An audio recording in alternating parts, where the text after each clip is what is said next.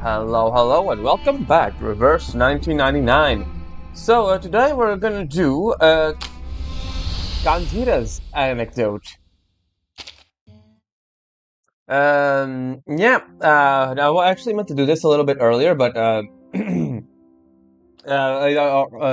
class is started already, so I have less time right now. Let's go on ahead and start. See what's going on. Away from home. It's probably gonna be depressing. It's probably gonna be post-storm, right? Towards the stars. Goodbye, midnight fireflies.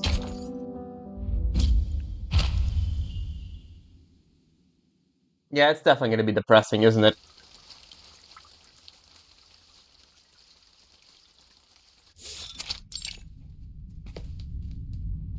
Look, I've actually met a lot of honest folk.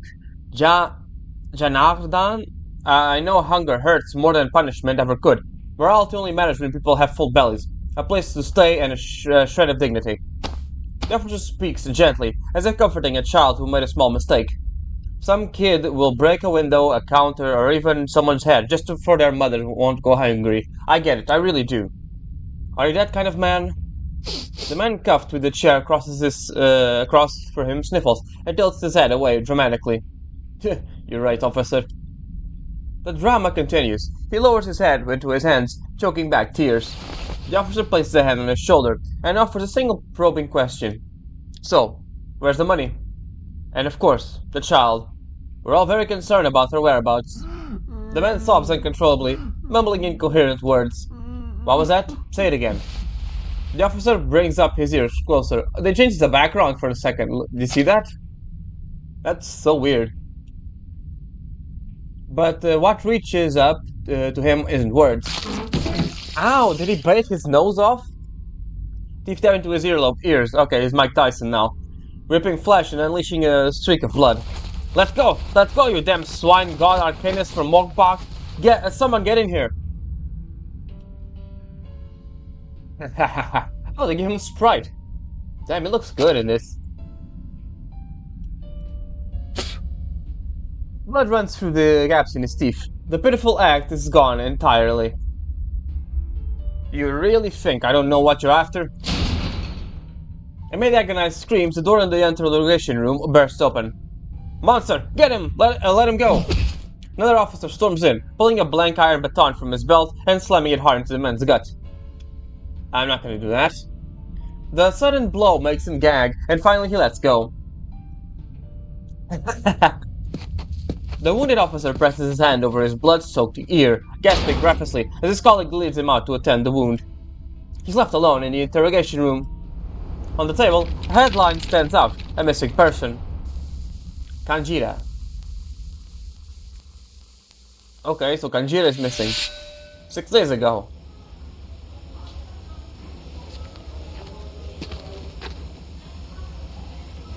Why are we being so sneaky this time? Can't we just talk during the day? Ow! Knuckles rasps the child's head, giving him a solid but playful knock. Shh! Quiet down, dummy. We don't want Miss Shajar to hear us. Wait till we're inside the caravan. Boss must have something important planned. You said the same thing last time. What happened? Turns out you had the time wrong, and I ended up getting bit in the butt by a guard dog. So, didn't I swap pants with you after? You're so whiny. The kids shove and chase each other, but as an adult passes by, they shrink their necks and act like the perfect students. In the night, they scurry like field mice through a melon patch to reach their destination. We're at the secret base, which is Camp Green Lake, apparently. Tiny feet rustle through the outskirts of the woods until they reach a rundown caravan. Boss, are you there? Hey! She's late again. Okay. The quiet caravan suddenly rumbles like the puffing breath of a giant. Who's in there? I'm warning you, get down here. It's Zarturf. What if that's an escaped killer? Let's just get out of here, Ajar. That's just a van trying to start. If you don't come out, I'm letting the dog loose. Ajar elbows his buddy. His buddy just pointed at his own chin, like, why is it always me? The kid crouches down, stretches his neck out, and curls his tongue. Oh my god, he's gonna bark, isn't he? Yeah. You hear that? But the intruder inside the caravan ignores them completely and even starts again. And this time... does it actually work? No. Oh, there we go. Finally! Finally got it working. Boss! Boss, is that you in there? The kids rush over, eyes wide like they're gawking at an elephant. You fixed up that old caravan your folks left you. Whoa, where'd you learn to pull off something like that? The giant door creaks open, and a scrawny kid crawls out looking more like a baby bird than an ice mechanic. I'm choking. That kid at the repair shop wasn't lying, it seems. Not a bad trade, huh? Hey! Hey, Ajay, you made it. So, this is why you call this here, boss? You're finally gonna take that caravan and steal some grown-ups' business? The kids cheer wildly, but their excitement is quickly doused with a cold splash of reality.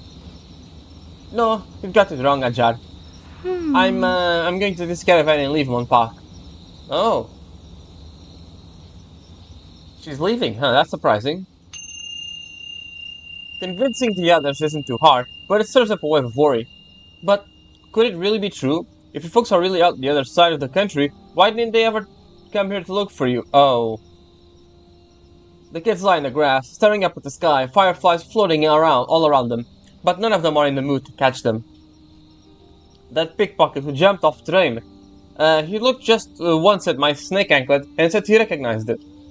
He said back at the train station he saw a woman with the same snake, and they've been looking everywhere for their missing girl. She pulls a missing persons notice from her pocket. There's no picture, just a vague description and an age range that roughly matches her own. And a simple drawing of a snake anklet. Maybe they never abandoned me after all. Maybe they just forgot me. Kanjira, maybe he was just making stuff up. And even if it's true, what if they're not looking for you anymore? The girl takes a deep breath. I have to see for myself. But if it really is them, will it come back? The clouds covering the moon grow heavier. Of course. Because this is my home. Boss, here, take this. It's all I earned this morning at the station. The boy sits up, pulls a handful of crumpled bills from his pocket, and lays them carefully on the palm-sized leaf beside her. Then comes the second kid. This is all I made shining shoes for those rich old men today. They tipped a lot. And mine too. One by one the kids empty their day's earnings into the leaf. It isn't really all that much, but the leaf still bends under their weight.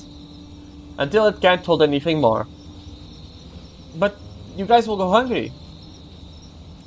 It's no big deal, boss. You're heading out to the big wide world. You can't go without travel money, right? I will pay you back. All of you. You better. When you come back, we will charge tons of interest. You'll work for us for the rest of your life. Oh yeah, you little rascals. That's your plan, huh? Well, when I come back, don't expect to even half the rupee. You wouldn't dare. Oh, the kids. The gang piles up on her, tickling their mirrors mercilessly. They roll around the grass, laughing and wrestling, smoothing the field flat. The wind picks up. A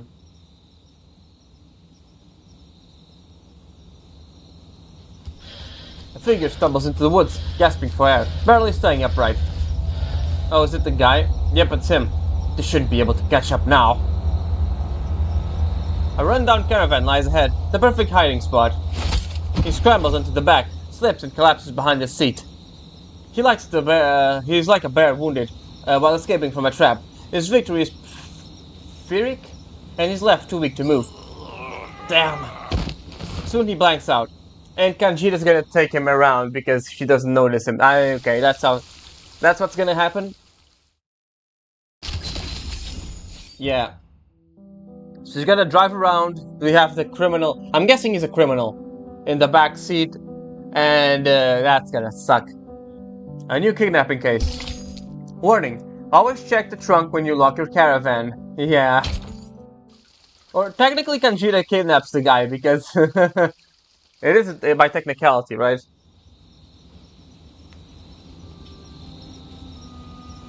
Everyone, push hard. Boss is to get out of here before sunrise. If Miss Shajar or anyone else sees us, it's all over. Yeah, there's only one way out of the village. I need to leave before Uncle Chopra comes to set up his fish stall. You all know anything that man sees will reach Granny Sutalia. Ears before noon. We gotta stay hidden. She climbs onto the seat and grips the handle tight. Let's go.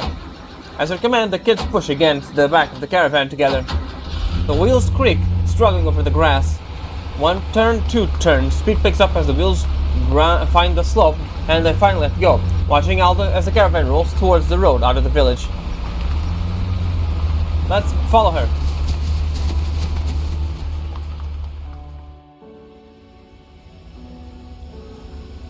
The sky is still dark, and the market is empty. Mon Pak. The caravan rolls past rows and rows of familiar paths, the allies they used to run through the streets Miss Shaja would chase them down. Clothes hanging out to dry passed over her, fish stalls that reeked with their lingering scent of yesterday's catch. Everything so familiar, yet suddenly strange. The kids chase after the caravan like yipping puppies, barking out with excitement, until the caravan crosses the village gates, that invisible line separating their whole little world, and the kids come to a halt. Goodbye, boss!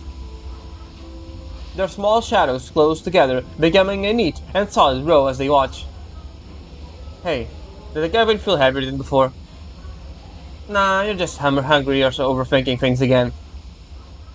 Oh boy, that's gonna be a disaster. 5 hours later.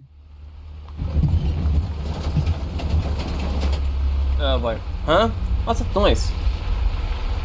Oh no, don't tell me Uncle Shiga's daughter climbed in there again. I better check.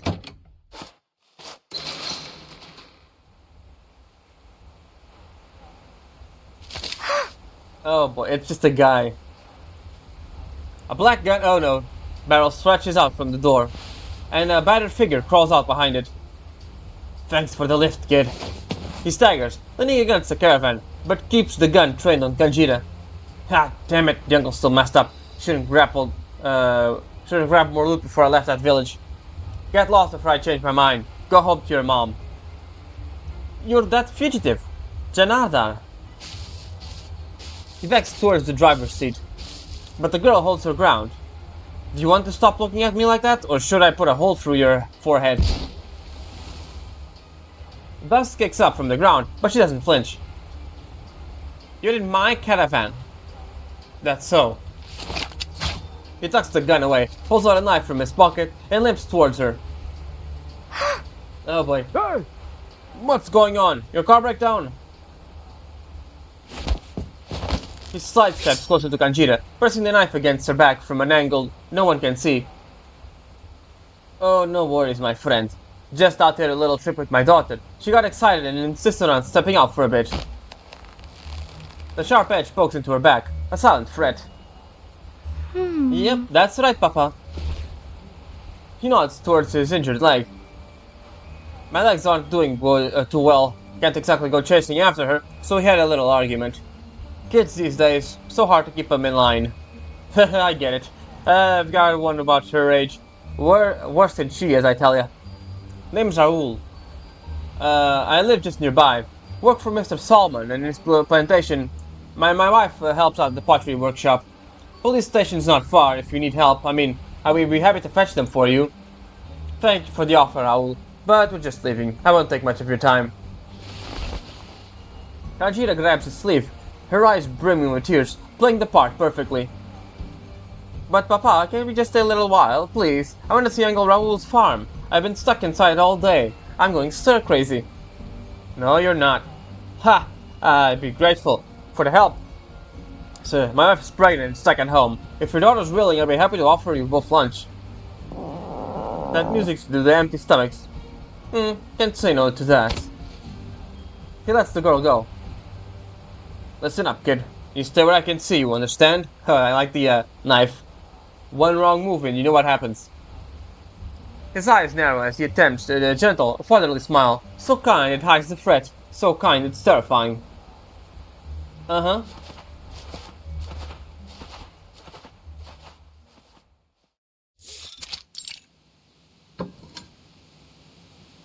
Yes.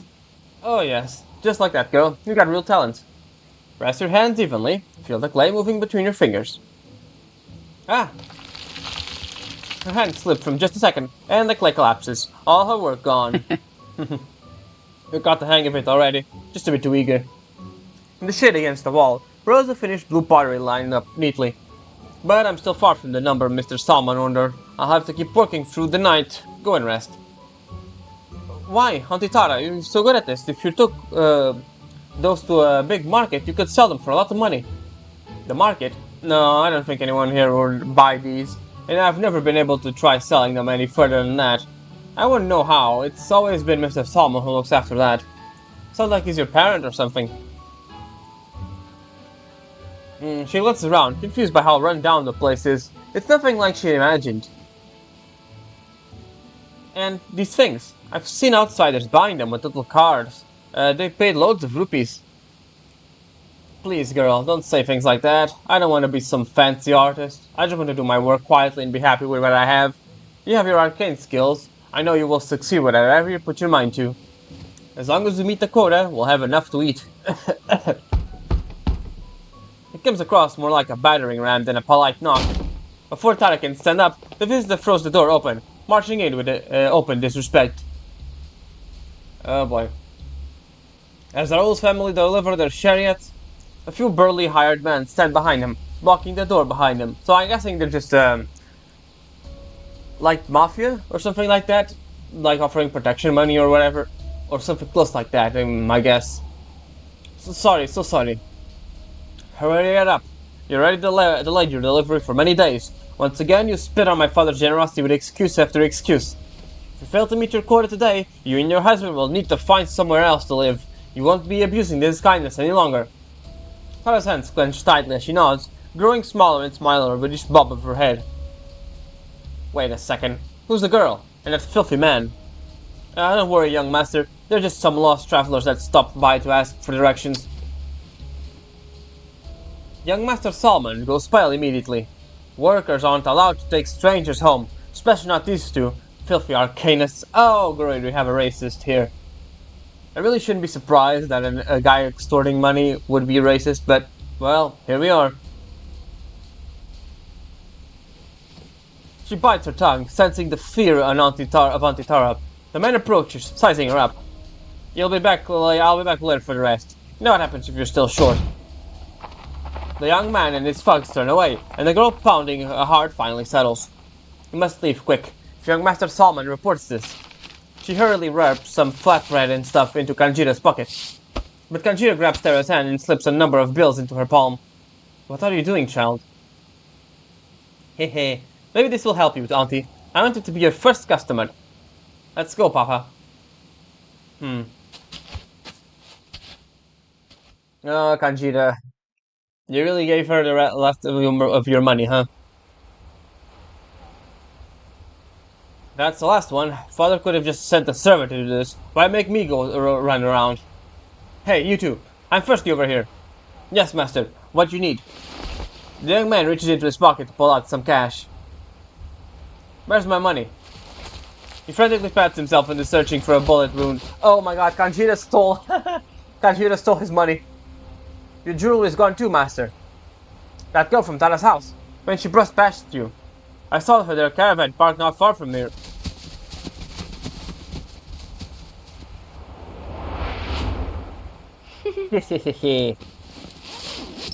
That's a lot of money. She admires the stolen wallet and jewelry, grinning with pride. Oh, is that, what's his name? The elephant head guy. I know this name. Oh my god, it's really right at the tip of my tongue. Ganesha. It's Ganesha. Yeah, I think that's the name. Yeah, Ganesha here with a lot of money. You realize if you're caught, they'll drag a lot more people down with you. This is serious. Kid, you really stirred up a mess. His pace quickens, desperate to put as much distance behind them as possible. What's trouble? Punji and I are in and out like ghosts. By the time they check their empty pockets, we'll be long gone.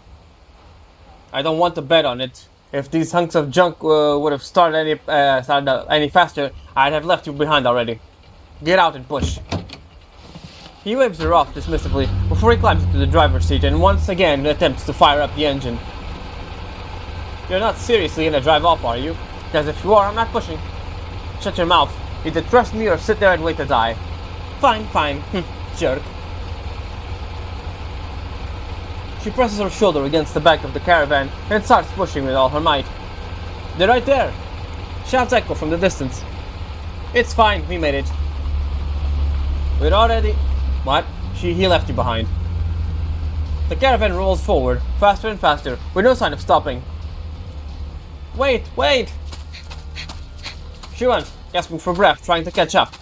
But the caravan drives down over the nearby rise, disappearing from her sight. Suddenly, rough hands grab her shoulders and slam her to the ground. Hold her down! Break her fingers one by one! Jesus Christ, dude. Well, that's pretty much what I expected from a guy who kidnapped a kid and was probably escaping police. Well, let's see, the wisdom of the rats. A cornered rat always finds a hole. Yeah, I guess they do.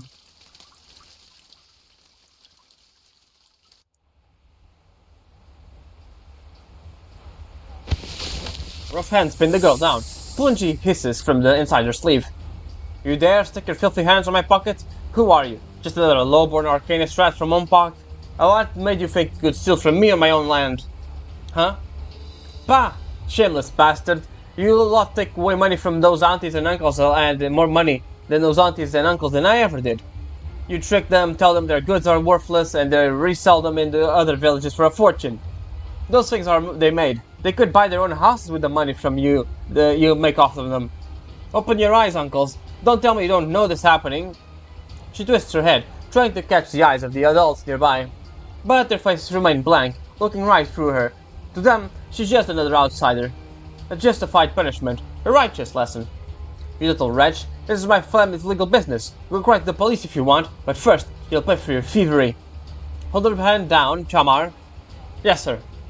Kanjira pinned flat against the ground, like a crab on a cutting board. A knife slams into the dirt beside her hand. Shh. Let's start with the pinking, shall we? The blade lowers slowly, like a skeleton itching towards her finger. Ah! The knife flies from his hand as a deafening gunshot rings out, and blood pours from his palm. Someone steps out from the bushes. Ah, you came back. And here I thought you were the worst kind of scum. It looks like rats can wear crowns, too. Wait, what? We were the worst kind of scum, okay. The servants scatter like cockroaches. Kanjira grabs the fallen knife, then struggles up to her feet. Ha! So you didn't run after all. Did the caravan run down or something? Hold the knife steady. Take the rest of his stuff. That necklace too. You already have his bracelets, yeah? Hey, is that earring a real flashy too? Cut them all off. The girl freezes. You forget what he was about to do to you, kid. Don't waste time, or you would rather wait till he's a corpse. Another bullet kicks up dust near her feet. Please, I am begging you, take everything, whatever you want. Before she can move, the man grovels and frantically strips off every valuable thing he was wearing, holding them out for her with both hands. It's all yours, take it. What? Are you feeling guilty all of a sudden? You already robbed him once. What's the difference? This filthy bastard is about to chop your fingers. Stop yelling at me, I know. She turns her head away, fighting the disgust rising inside her, still refusing to take the groveling man's offerings. You think you're doing something wrong, kid? After all the hell you've been through in the streets, you should have buried that soft heart ages ago. Theft, robbery, even murder. That's not just here. That's the whole damn world. Every day people get tossed from their homes, starve to death, die sick and forgotten in some filthy alley. I could have put the bullet straight through his skull, but compared to the way people like him strip others of their dignity and leave them out to starve and crawl through the depths, I'm practically a saint. Heavy footsteps echoing the road ahead. They're over here. He loses the last of his patience, turns around and disappears into the trees without another word. Wait for me!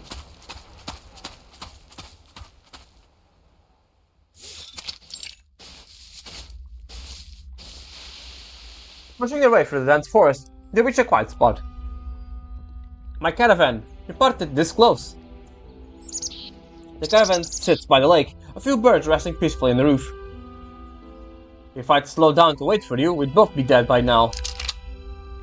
He checks on his gun. It has shifted in his pocket. With this thing, I can make them behave, but now I'm thinking I might as well leave you behind as bait. Most important thing is, we need to get this piece of junk out of here. But why did you come back for me? I mean, you could have just left. Yeah, that is a good question. Why?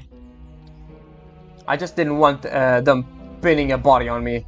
With the way things work around here, you can't trust them not to kill you and lay the blame on me. Get in, kid. We need to hit the high before sunset. I know a place where I can lay low for the night. And there's some advice. Don't let a soft heart of yours get you killed. I think you care. I think you care about Kanjira in a way. What's the matter? Get in, idiot. She stands silently in the fading light. After a moment, she lifts her head. I know a lot bad people. I'm one of those bad kids Miss Shajar always talks about. I steal mangoes from Uncle Sheha's garden, I trick dumb tourists out their money, I pickpockets and take money from those drunk uncles that don't know any better.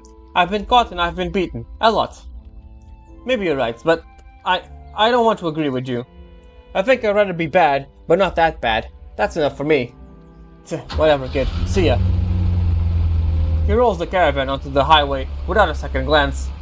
This time, Kanjira reacts fast, chasing after it and leaping on without hesitation. Ah! Next time I'll make you run behind.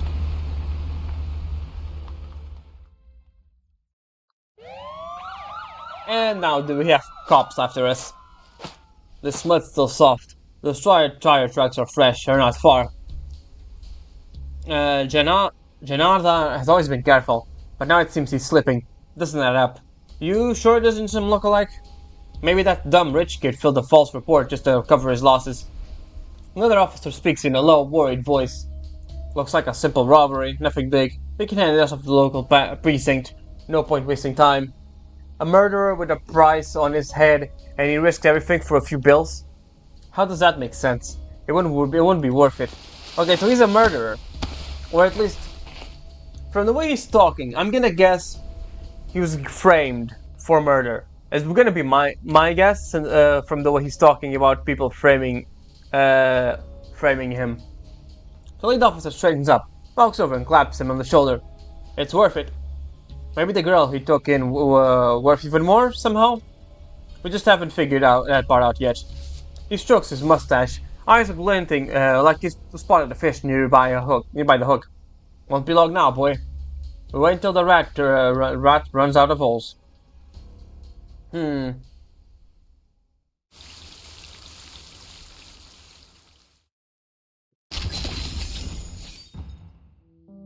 We're almost halfway. Part 4, Campfire. Heart of Gold shines like a campfire in the dark night.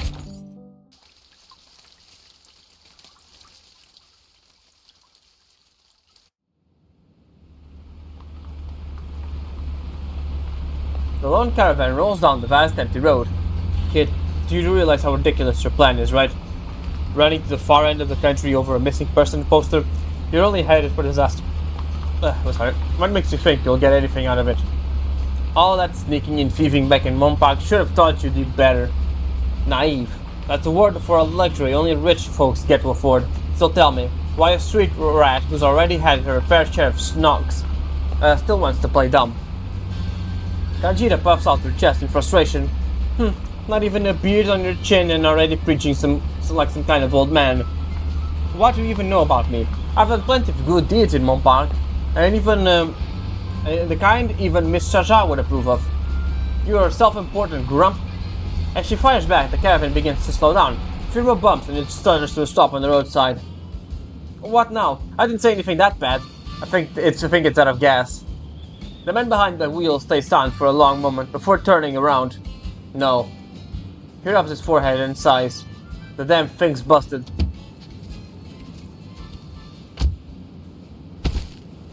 And he steps down. It's clear the tire has gone flat. It's sagging over the ground like melted ice cream.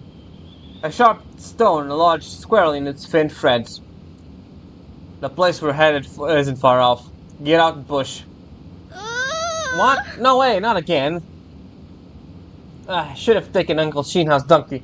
One carrot and a stick and it would have hauled me straight there without any of this nonsense.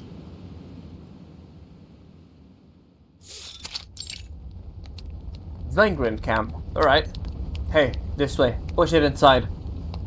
Stupid jerk! Soon enough I'm going to kick you out of my caravan. She grumped and pushed the caravan into the unfamiliar camp. Patchy, bright-colored tents around, cobbled together from scraps of cloth and stitched-up rags. A coalition of drifters and outcasts. Is this place safe? Countless wary eyes fixed on the newcomer. Until... Alright, calm down, boys. A man steps out from the shadows at the sound of the familiar voice.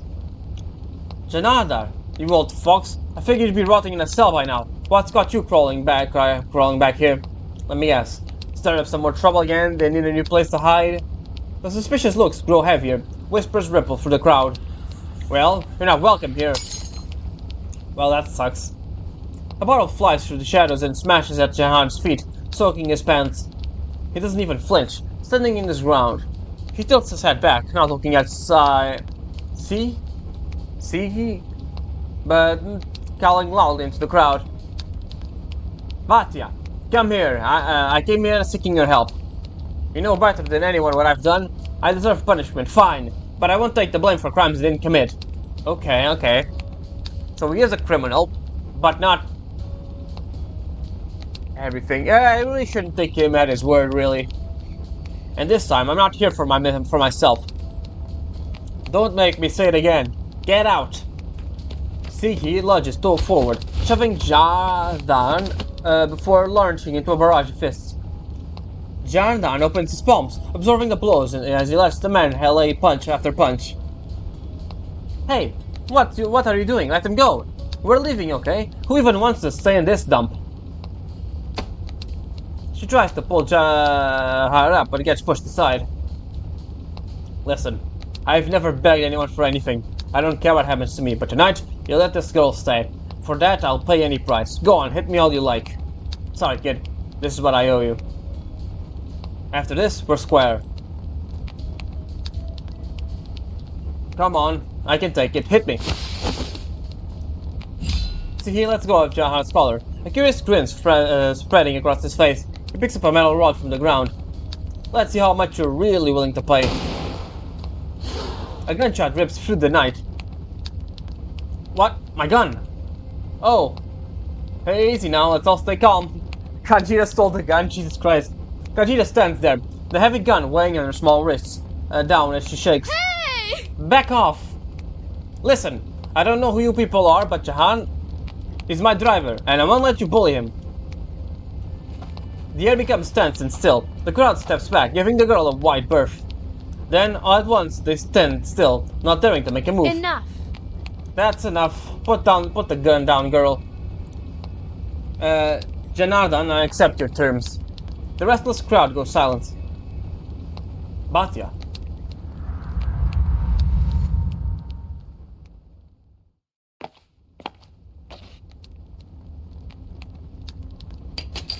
Here, take it. Take it. This can of lentils? What the hell is lentils? Give me a second. The hell? I'm kind of curious now.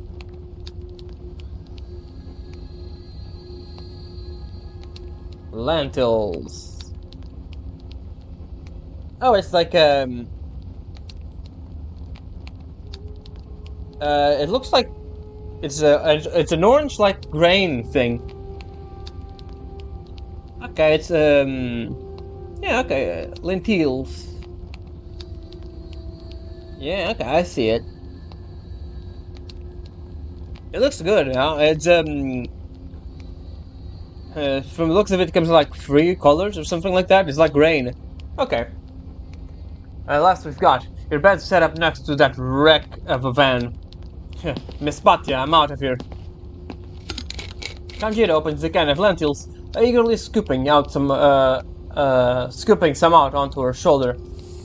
Funji slips out of her sleeve and starts licking the food. Bunji, you must be starving. Thanks for sticking with me all this way. You guys aren't really so terrible after all. Why didn't you just talk nicely from the start? Don't worry, I won't forget your tip. I'm starving. So good. Slow down, child. Thank you, Batya, and sorry for the girl. I didn't expect her to grab my gun. You're a better man than you know, Janardhan. That girl reminds me a lot of you, so stubborn and wild. But...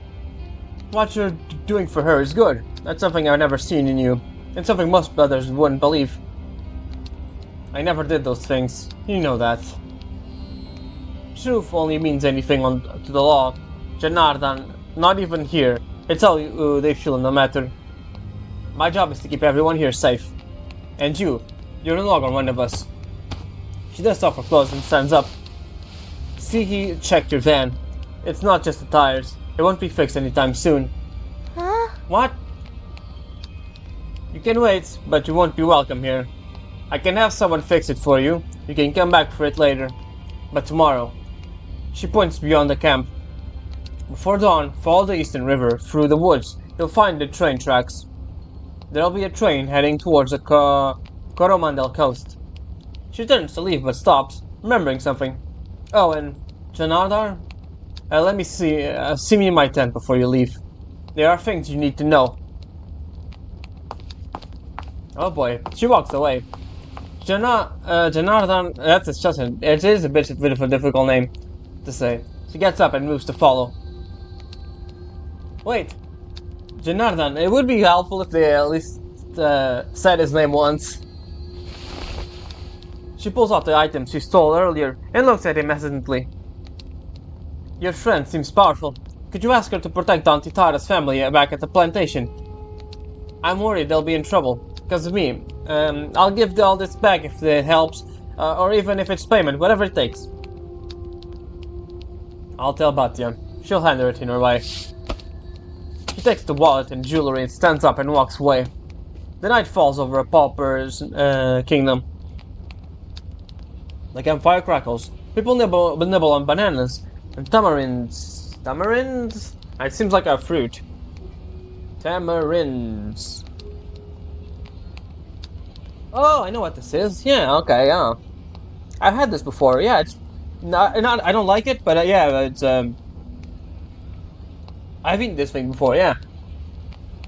I don't know. Honestly, I don't know if the ones I ate were bad or something, but I didn't like the ones I tried. Here from the world's chaos, everything feels humble and pure. The clothes are patched and worn, the pots and bowls are dented and scrubbed clean. In the sound, an old man with white hair and long beard moves closer to the fire. I heard that. You're traveling far, child. The prophet told me this in a lonely journey. Fate brought us together in this night. Here, child. Really, Grandpa? Are you giving me some canned food or maybe some rupees? Something even better. He pulls out a small handful of sacred ash from his sagging pocket and gently smears it across Kanjira's curious face. Are they staying, Mama? No, they're heading to the far end of this land soon. Like migratory birds, they'll cross forests and rivers through heat and cold. It's a hard road ahead.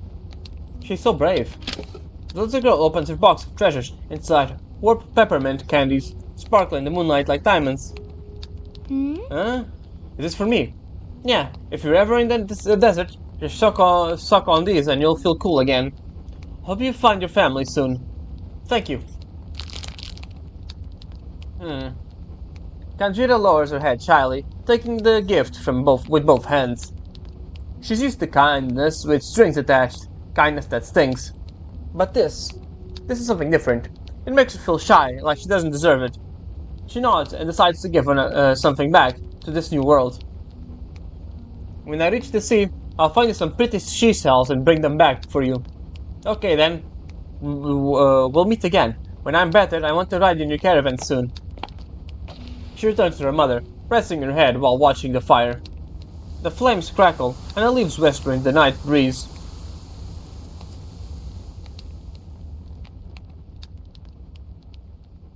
Mama, my head feels itchy. Okay. Her mother gently runs her fingers through her hair, slowly and soft, like stroking a young creature. Tell me a story. Of course, my child. Once in the far side of the Sarawi River, there was a girl in a sari edged with gold and thick, glossy black hair. Her voice mingles with the flickering fire and swaying shadows. Kanjira lies down, her back to them, fists clenched tight. Oh, sweetie. Hmm. Warm tears well up, her chest tight. But she promised herself, once she left the village, she wouldn't cry again. So she shuts her eyes and refuses to open them. Her ears, red from the wind, but still listen to each sound, and the night grows deeper. Wake up, kid. Huh? She rubs her eyes and rises from her cardboard bed. Time to go.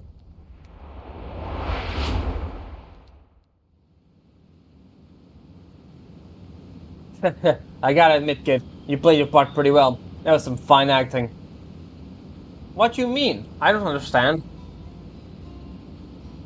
Come on, you don't really think I'm going to take you around to try and find your parents, do you? Once we're on that train, we go our separate ways. All that talk was just to soften up those bleeding hearts back there. Otherwise, we'd be starving tonight. Or worse, some wild animal would have dragged us off. She looks stunned for a moment, bites her lips, then turning to a calm, looking stare. Janarda notices a shift in her expression. Hey, helping each other's fine, but we're not friends, alright? I'm saying this so things don't get messy later. You get that, right? He stops and pulls out his hand, like a merchant striking a deal. We can still work together on the train, but you have to promise me one thing. If either of us gets caught, the other has the right to cut loose and run. No hard feelings. You get that, don't you actually? You do get that I don't actually have to care for you, take care of you at all, right? There was a reluctant look in his eyes, the same look she's seen on the faces of slippery street merchants. Deal? Deal. I don't need anyone to take care of me. From the tracks comes a faint rumble. In the distance, a heavy train, puffing white smoke, barrels towards them. Just before jumping into the train, Kanjira holds out her breath and shouts towards him. But did you really kill someone? Jamrand leaps into the train as it chugs towards, swiping his full weight up to the weight of his backpack. Of course, kid. When you do things, where do you think all this money came from? Did you think I just sprung up from a field? Or that I polished some rich bastard's shoes for it? He sets down his backpack and reaches out his hand to her. Even as she runs, there's a moment of hesitation. She meets his eyes, trying to see through the murk whatever soul might be hiding behind them. It almost seems as though the train will pass and she'll be left behind. Then, she takes his hand. Okay. So the guy admits to killing someone, right? But let's see what the motive for his killing really is. I don't think he's a... Okay, so we're halfway. Let me see. I don't think he's all that bad, all things considered. He does care for Kanjira, even if he's like his years of living out in as a poor guy he doesn't trust Easy, I guess you could say, or he's trying to teach her a lesson, trying not to harden her heart, I guess you could say. He does seem a bit of a complex character, and we still don't have the whole story about him, right? Yeah, I'm kind of curious where the hell they're gonna take this. Is Kanjira even gonna meet her parents, or are they just gone? Oh, we have to fight, huh? Dreams on the train. The world may seem new, but it's never as different as you'd like it to be.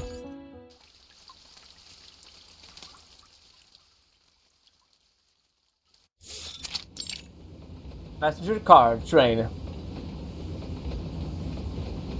Ladies and gentlemen, these young critters 1,000 times cheaper than new Babbles are the best guardians for your home.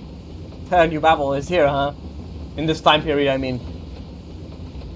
Specially bred by our top caretakers. You won't find a better deal anywhere. The merchant holds out a confused critter high above his head, pinching it to the passengers as he passes him by. The carriage is packed with shoulder to shoulder, the air thick with sweat and the smell of critters in their cages. A woman in faded sari carries a boy strapped to her back, barefoot man clinging tightly to the entrance railings. Children dart this way and that between the legs of adults, playing hide and seek and dodging would-be scoldings. Wow. There are so many people here. Everyone's trying to be somewhere else, somewhere new. Staying stuck in one place for too long makes you the rare creature, kid. Nobody wants to stay put forever. Merchants, students, beggars, ascetics, idiots, or clever little pickpockets. Everyone wants to peek outside their own little world. Otherwise, how would they ever figure out where they really stand? People who never leave home never figure out who they really are. Excuse me, sir. Oh God, an actual character model too. Stay close, kids. Eyes forward. No wandering off or stopping. The teacher raises her hand high, leading a group of children into the carriage. Wait. Miss, wait. My wallet's gone. My tickets was in there.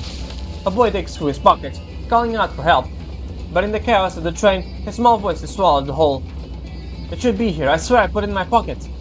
He fumbles helplessly, and aware that his teacher and classmates have already left him behind. Huh? Bunji, you saw what happened. That man took it. Little Snake hisses softly in her ear. Kanjira looks forward towards the direction of its flicking tongue. A hunched man in a long coat stands there, not at all looking at the thief. But she steps forward anyways. What's the matter, kid? Starving so bad you lost your mind? Be smart and back off. This one's my catch. Before she even speaks, he's already figured out who she is. No, I just want the wallet back, and the train ticket. You can keep the money. Huh. And what if I say no? You out there trying to be a saint while picking pockets yourself? Oh, we're fighting the pickpocket, huh? Thieves on the train. Rarely see them, but they always manage to find you. That cost you a little extra? Yeah, trains are a bit of an easy place to get robbed. No problem. Easy. With the right timing, you can have your wallet stolen while the guy is just about to leave the train and you're pretty much stuck there.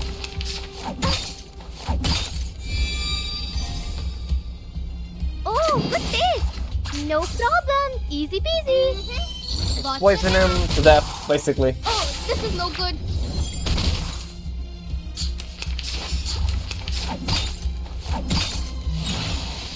And now I got the ultimate. No problem. Easy peasy. The sad has moved, so will the mortal spirit. I can see it clearly. The guy just Please. punching wrong. Oh, what's this? No problem. Easy Nice. peasy. Watch your back. Poison him again. I can see it clearly.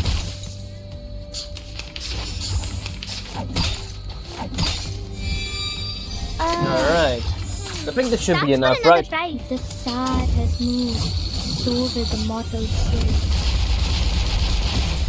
Bunji, now. Yep, the poison should kill him next turn. There we go. Namaste, stupid heads. Yeah, I do like her voice line. She is kind of funny.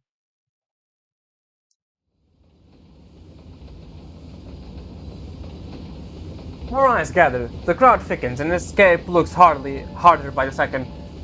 Damn it! Of all the rotten luck, I had to run into a dumb little brat. He tosses the wallet and vanishes into the crowd. Kanjira steps up and taps the lone student on the shoulder. Hey kid, this yours? Look like it fell. Thank you. Thank you. He thanks her, but then glances down at the dirty elbows and scraped knees.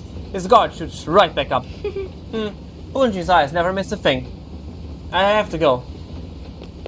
He runs without another word. A mix of fear and prejudice rattles in his voice. Hey, wait. That's where the man finally walks over. You do realize the moment he tells his teacher they'll pin whatever money's missing in that wallet on you, right? Though you were smarter than that. Thought you were smarter than that. You know how the embers survive with a fire? Lights a cigarette and stares right the window. They hide under the wood that's burning faster. I just want to tell him. His book fell. She picks up the slim book from his floor and flips through it, eyes wide at the dense letters and bright pictures. Alright, yeah, I remember that Miss Chajar was trying to teach her how to read and write, from what I remember. Chajar was helping the orphans, right? Hand snatches the book away. You're gonna see a lot more of this world, kid. But you won't be learning anything useful with that written in these things. They just make you soft. Fill your head with sweet little lies about how things ought to be. To trust things that won't protect you, and to believe someone will actually take care of you if you just behave. Pretty words about justice, cooperation, and sacrifice, but words won't keep your belly full. Open your eyes, walk the earth with your own feet, and in the end, let your own gut tell you what's real and what's just another lie. He shoves the book back into her chest, dismissing the old rubbish. The old rubbish, okay, like old rubbish. Kanjira lowers her head and then lifts it again. So, well, then can you read? He raises fingers to his temple and shakes his head with pure exasperation. Mr. Jar was teaching us back home, but I could never get the words to make sense. Can you tell me what this story is about? He snatches the book back, flicks a cigarette out the window, and crouches down. Promise me this. You're done playing hero on this train. No more trouble. I promise. They're in a tunnel. Despite the noise of the train, she listens carefully to the story. There was once a tyrant king who decreed that anyone who'd take a golden peacock feather in the palace without force would be granted wealth and glory. There is a clever cobbler named Kabir. He weaves a singing peacock from straws to lure the guards away. And then he uses grass rope, soaked in turmeric, to measure the golden peacock's height. 3 days later, when the Tyrant King shows off the peacock, Kabir publicly proves the golden peacock's tail feathers were 3 fingers longer than the royal emblems allow, a crime of overstepping royal authority. So the Tyrant King is forced to break the golden peacock in front of everyone. Kabir picks up the fallen feather and says, "See, King, and now I have your feather." And in the end, the cobbler wins the Tyrant King's treasure, with his witch trades it for goods and shelter, and saves the poor from hunger. It's a Robin Hood type story, right? Steal from the rich, in a way, to give to the poor. Instead of actually stealing, he out-clevers them in a way. He lets out a mocking laugh. You know how the fools die. 3 years later, the new king takes the throne and wants his treasure back, but the idiot refuses to say where it is, and so they tie him to some horrible torture rack. The real world never matches these stories. Only idiots believe in things like that. Keeping your own hide safe and being free, that's all that really matters. Kanjira examines the illustrations in silence, chewing over his words and the stories like a plate of fish, searching tenderly for which bite for some thin sliver of wisdom like a bone. What Jamaat said matches everything she's ever known, yet the stubborn part of her resists, in a part of her buried deep under layers of calluses. The carriage, already noisy, grows noisier. People stand up all at once, pressing towards the windows. What's going on, Jaman? Still mourning the cobbler's fate, she doesn't sound curious, just wary. Looking into the wide, innocent eyes, he turns away, uneasy, and somewhat guilty. Fine, over here, kid. He crouches near the window, ignoring the grime on the floor, and offers his back. Climb up. Huh? She thinks for a second, then gleefully climbs on his back, just barely reaching the window frame. Her chin rests against the rusted sill. The air tastes sweet and raw, full of green and still living scents. The wind roars, loud enough to drown everything else out. The train stutters hard as it rounds a bend, wet air rushing through the broken windows. Fighting against the wind, Kanjira forces her eyes open.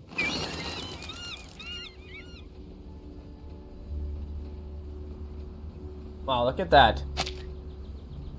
Very nice art here. A rainforest ripples under the folds of the wind. The tracks cut through waves and waves of wide tropic leaves. The green tide ebbs with the wind. A distant waterfall roars, and birds call as they fly above them. Her mouth opens, words caught in her tongue. She feels like a sailor, seeing land for the first time, ready to shout for the mast. And then, like greeting a brand new world, she lets out a raw and primal cry.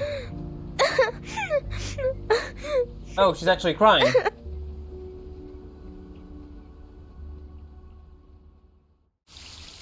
Damn.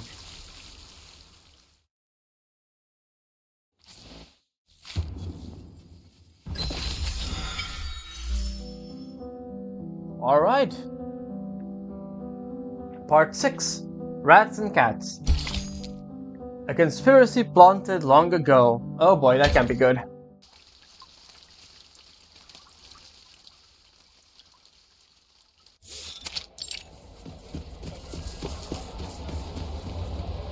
Keep your eyes on every exit. When that train stops, nothing gets through. Not even a rat. Yes, sir. I'll board the train myself. He isn't getting away this time. Oh boy. He passed the pistol in his waist and not to his partner. Get ready. He won't come quietly. Damn it. We don't want him dead. If he dies, the money... Oh, I see. So there's something involving money, huh? He glances around and lowers his voice. If he's not carrying it, this whole thing's a waste, isn't it? Of course.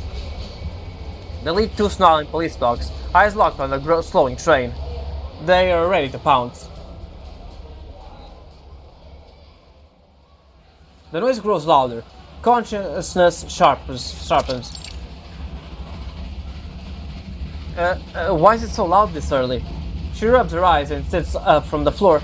Janarda crouches by the window peeking outside. Something's off. It's way too quiet out there.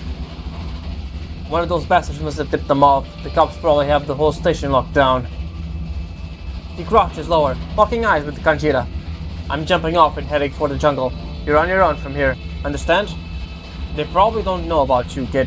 But if they ask, you never heard of me. Got it? Just play dumb. Murmurs spread from the car ahead, and the marching feet, together with the whiny voice. That's right.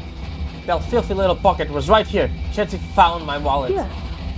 There was some dirty tramp with her too. He was carrying a bag. The voice gets closer. Both of them hold their breath. Of course the kid would give them away, huh?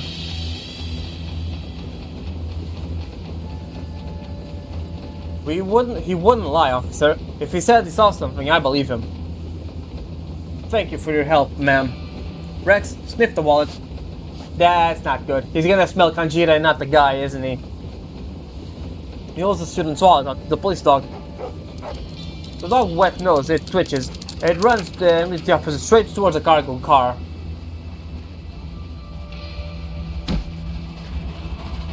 Damn that heartless little brat. I'm sorry, it's my fault. Forget it. Right now we're tied together. If I run and you get caught. So what? I'm way smarter than you think. Even if they catch me, I won't say a word. What can they really do to me? Oh, you little naive kid. He shakes his head. They can't do anything, kid. And you know you're helping a murderer, right? She tilts her head up, staring right into his eyes. No, you're not. I don't see that. I don't see it in your eyes. That night, I saw you. You warped up with some money and tucked into that girl's candy box. His eyes go wide. He freezes. You stomp around like an elephant. I heard you. He turns away. So what? Think that means you know me? Forget it. Believe what you want. I don't have to prove anything. That's weird. Hey, why that much sniffing farther away? I bet they're still here, just hiding or something. And those officers are talking about some package and bribes. I don't know what they're doing. Well, then, maybe I'll just track down those dirty thieves myself. But they're just hiding near the garbage. The door switches open. That's not good. The police dog catches the scent. Officer, come on, get me some slack. I'll give the kid the money back, alright? Oh, he caught the fucking guy, okay. The dog caught his scent. Damn it, this isn't who we're looking for. He slams the baton hard into the thief's stomach. Where do you see them? Which way they go? Did the man have a bag with him? Blood streaks from the thief's nose, mixing with snot and tears. They went that way. I don't know anything else. Please stop hitting me. The thief collapses to his knees, trembling, and points towards the cargo hold. The officers leave the man behind and inch towards the cargo carriage. Outside, a chorus of barking erupts, and a fist bangs hard against the window. Get out here, boys! Janardhan jumped out the damn train to get a hostage with him. Damn it, he's already in the jungle. Call everyone from the station. Oh boy. They were lucky there. The dogs got the other guy. Move, damn it! He kicks the crying student hard, sending him sprawling into the sticky mud. Oh, they got the kid. Stop it, Janardhan. Don't hit him again. Back off, kid. He's the reason we're in this mess. He shoves Kanjira aside and points his knife towards her. Not another word out of you. I'm all out of kindness, so not another word. Not until we're safe. The jungle grows thicker around them. Wet leaves brush over them as they go. That's why you don't try to look for criminals yourselves, kids. You get kidnapped. Really, the kid was just dumb. Like, I'll give him the calling the police for stolen things, for stealing, right? That's one thing. Kanjira, well, I don't want to sound discriminatory, but she does probably look like a beggar, right? The art of the game makes her like all clean and stuff, but she probably won't be in real life, all things considered. So I don't blame the kid for calling the cops on her. She did give him back the wallet with no money, right? But trying to look for the criminal yourself, that's just stupid. That's really just stupid, I will say. The truth. Some mistake pain for a truth serum. Oh yeah, it is not. It is the opposite, actually. If you inflict pain on someone to tell you something, they will just say whatever you want to hear to make the pain stop. And we're at the police station. I guess it's the present time. Janardhan since slept in a chair, bound tight, blood dripping. Oh my god, hold on. Maybe you're right in the last part, but Janardhan.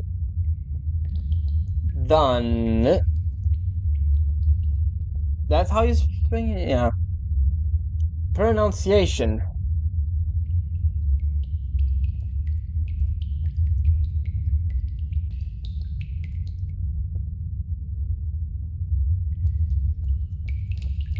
Okay, give me a second. Let's see.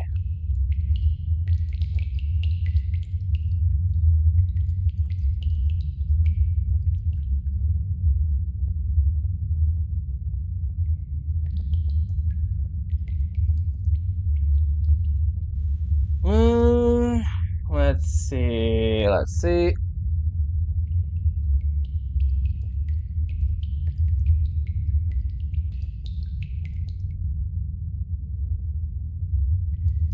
Okay, I don't think I was full off. Janardhan sits slumped in a chair, bound tight, blood dripping from his nose, over cracked lips, and through his teeth, mixing with spit in the corner of his mouth. His new interrogator wipes blood from his knuckles with delicate care. You bit my partner's ear off, Janardhan. That means you don't have to play nice anymore. I don't have his patience. Let's review and clear out your head a bit, Janardhan. We found you in the jungle, with a kidnapped student and an empty bag. But that girl is nowhere to be found, and that student is still unconscious, hasn't said a word. The interrogator narrows his eyes. So, want to explain about that bullet in your shoulder? You're going to tell me what happened, and then you're going to tell me where that money is. Okay, so either Kanjira shot him, or he shot himself so that Kanjira could escape. Either one of the two options. I'll tell you everything. First off, it was all that damn brat from the train that shot me. Yeah, I'm gonna guess this is a cover story here. She didn't actually shoot him. Especially considering the description of this chapter. Stop running, both of you. Or I'll shoot. I'll shoot you both. See if I care. They kept running towards the river. I was right behind them, dragging the bag. We have to cross. He's carrying too much. He can't keep up. But I can't swim. Shut your eyes. Just kick your legs and move. Don't think, just swim. I chased after them, but the bag was too heavy and the current too strong. I was close. So close I could almost grab the brat's arms. What? My bag! Just as I was about to grab it, my bag snagged on a rotten log.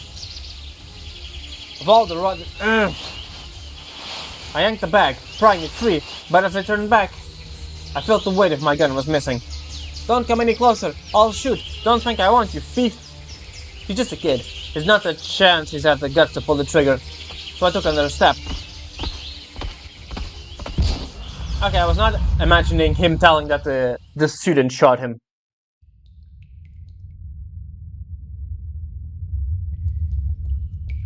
I couldn't chase them after that, so I just dragged myself back to shore. Didn't even notice my bag was torn open. And just like that, all that cash, everything was washed away in the river. Then I found a tree, something to rest up against. When I came to, well, you think I'm some kind of idiot? You tried to tell me all that money is in the belly of some fish out there. Your story stinks. For one thing, we've heard 3 shots. Well, that kid couldn't aim for shit. We could still work something out, Jahardan. You sure you want to keep selling this bullshit?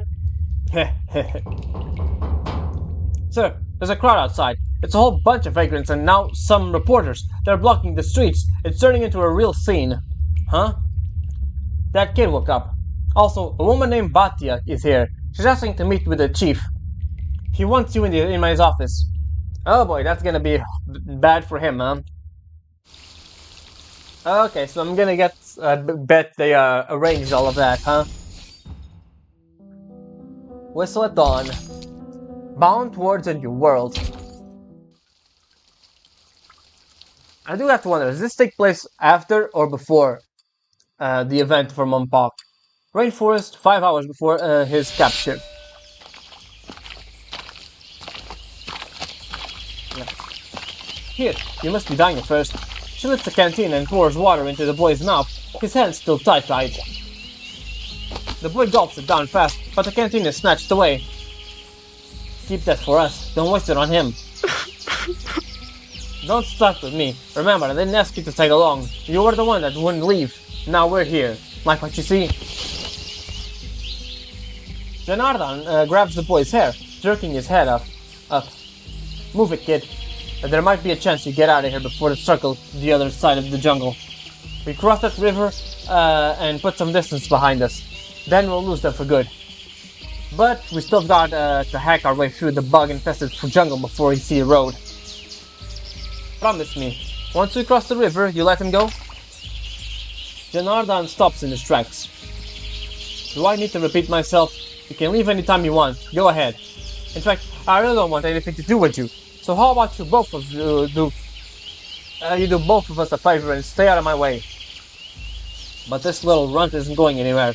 I know his kind. He won't just let this go. I swear I won't tell anyone, and I won't tell him anything. Just run. Leave me here, please. No, Brat. You're coming with me. You were the one that wanted to find me, weren't you? Well done. You found me. All by yourself.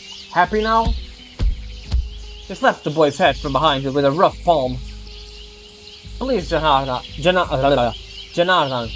Let him go. It won't do any good to drag him along with us.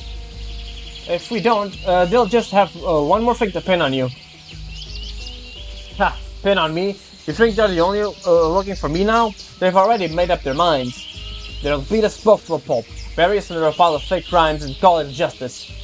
So how about you stop worrying about me and start worrying about yourself? If you don't believe me, go ahead, run back and find out.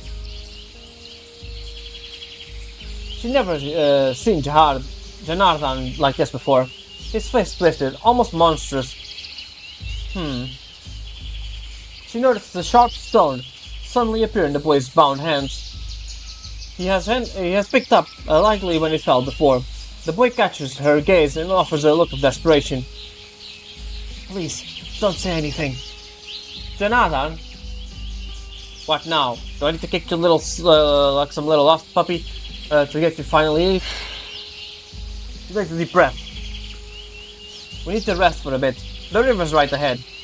If we try to cross it without a plan, the current will sweep us away before we even reach the middle.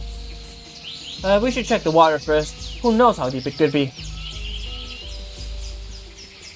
He hesitates, then nods in agreement. Stay put. I'll take the water. He moves towards the edge of the river, eyes darting, breath still heaving in his chest. Takes a soft but certain step into the water, feeling the current against his legs. Then he looks across the far bank, measuring the distance. The current's not too bad, but we'll need a rope. Gotta cut some vines for that. Hey, you two. He turns back and sees only Kanjira. He scans the brush, catching sight of the boy as he runs back into the dense forest. Yeah, I'm a damn fool. He pulls out his gun, fires a warning shot high into the air. That's one shot. The first of three. The kid. Bull whistles through the sky. The boy freezes. Janardhan lowers his gun and strikes over, grabbing a rotten branch of the ground. Janardhan, stop it. Just let us go. I'll stay behind with him. We'll tell them that you disappeared. She grabs his arm and pulls hard, trying to stop him from moving forward. Janardhan hesitates for a moment, then checks her off coldly. She staggers off her feet, only to catch a heavy blow from the back of his hand. She collapses to the ground, the taste of blood rising in her mouth, crisp metallic scent filling her nose. Janardhan's eyes are cold as he stares back at her, empty and unrecognizable. You still don't get it, do you, kid? You still think you can make this work? Haven't you figured out what your kindness gets you? You think it will change things, but it won't. All it does is let other people walk all over you. You shouldn't be dragged into this. I know you've given everything you had to people, and it brought you all it brought you was pain. I know something inside you is broken, and you hate this world. I don't know what you've been through, but I know it must have been awful. I know you don't want to care anymore, and maybe I can change that. But maybe things aren't as hopeless as you think. All I know is, if you're really going to take this kid hostage, then you'll be as bad as they say you are. I don't think you want to hurt us. I know it's not. I know that's not you, and that can't be you. There's no shift in his empty eyes as he laughs. It's a venomous and sickly sort of laugh. Then he turns towards the boy, still frozen in fear. He raises his thick branch, ready to swing down on the boy. The second of 3 shots. Birds scatter into the sky. He sways from the side, revealing the boy lying on the ground, and blood seeping from a flesh wound. You little pickpocket! He collapses on his knees. Yeah, I knew it was Kanjira who had to shoot him. She trembles, her hand aching from the kick of the gun. I'm sorry, Janardhan, I'm so sorry. She rushes over and guides him over to a nearby tree. I didn't know what to do, I didn't know how to stop this. It might make for even better marksman than a pickpocket. I'm sorry. Oh, poor girl. She presses her small hand against the wound, but the blood keeps flowing. Janardhan sighs deeply, staring up at the sky. Listen to me. You did the right thing, kid. You hear me? You did the right thing. I wasn't thinking straight. You're right. That kid's innocent. I'm glad you ended this before I went any further. Footsteps closing from the distance. You weren't really going to hit him, were you? I still think you can figure me out, don't you? No time left for that. You have to go now. I'm not leaving. I'm staying here with you. Your parents are out there waiting for you. Then we'll have to leave together. No. Come on, please. You can lean on me. She tries to lift him, gritting her teeth, but he pushes her away. He reaches to his bag. Take this. He presses a heavy leather pouch into her arms. Promise me. Use that what's inside. Keep moving. Keep going until you find what you're looking for. Until you find your answer. He shoves her hand away and pushes her towards the river. But what about you? No, what are you doing? He's gotten the gun from her again. He wipes her away, leaving her with no other option.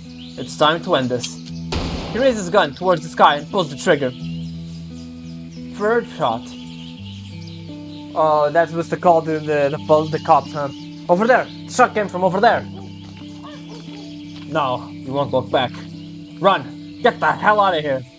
If you don't want everything you've done to be for nothing, if you don't want this journey to mean nothing, run! Trust me, Once they're gone, circle back towards the station. Then keep running. The police dogs come in.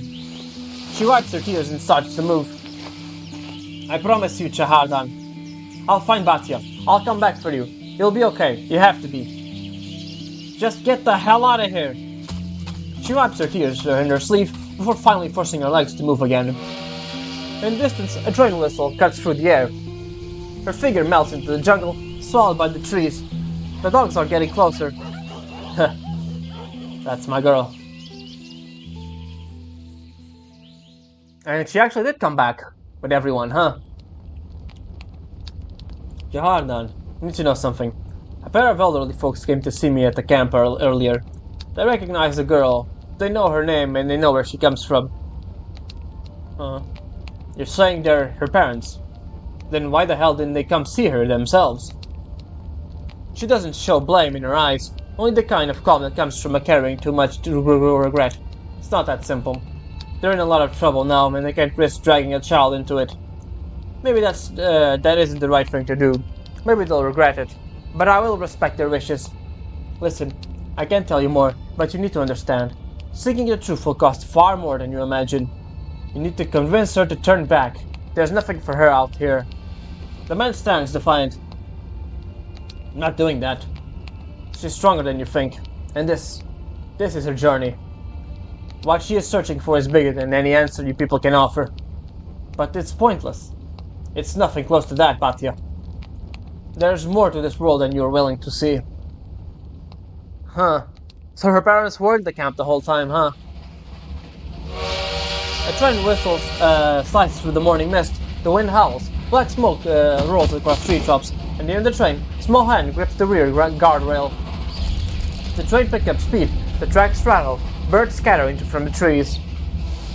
Newborn sunlight spreads across the train, bursts out of the tunnel, flooding the world in light.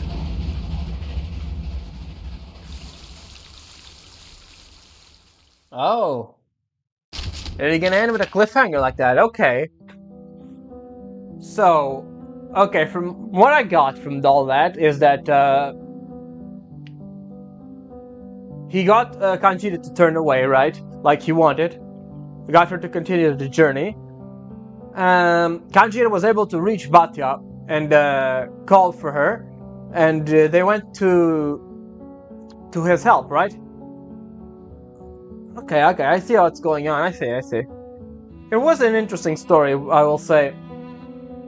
It does. How do I put this? It expands a bit on Kanjira's character, I will say. Her search for her parents. It's unfortunate they really couldn't take care of her, so they abandoned her, is my guess. That's what happened. Yeah, it was interesting, I will say. Not. Yeah, the guy. We still got more questions about him, Janardhan. We'd have to name here to see Janardhan. We still have some questions about him, but I think he was a good foil for Kanjira. He was broken, like she said, right? I think he wanted to be a good guy, right? But all the good he ever did was met with backfire and mistreatment. So he wanted to to pretend he didn't care about people, right? Like Kanjira, she wants to help people, but she also steals and things like that, right? And we also started with the boy, you know. How do I say this correctly? With her helping out the student, and the student immediately ratting her out. Yeah, you can see the start of the path he took, Janardhan took with her. But I think she wants to be with a closed heart, I will say. It was interesting, I will say. It was one of the better ones. Things. I like Kanjira as a character. She was more of a comedic relief in Journey to Monpak, but I still like her a lot. So yeah, that's gonna be it for now. For Matilda Kanjira. and I are neck and neck in divination. But you need more than that to make a living on the streets. I can really teach her a thing or two. And that's gonna be it for now. Anyways, I hope you enjoyed, and I will see you next time for more Reverse 1999. Ciao.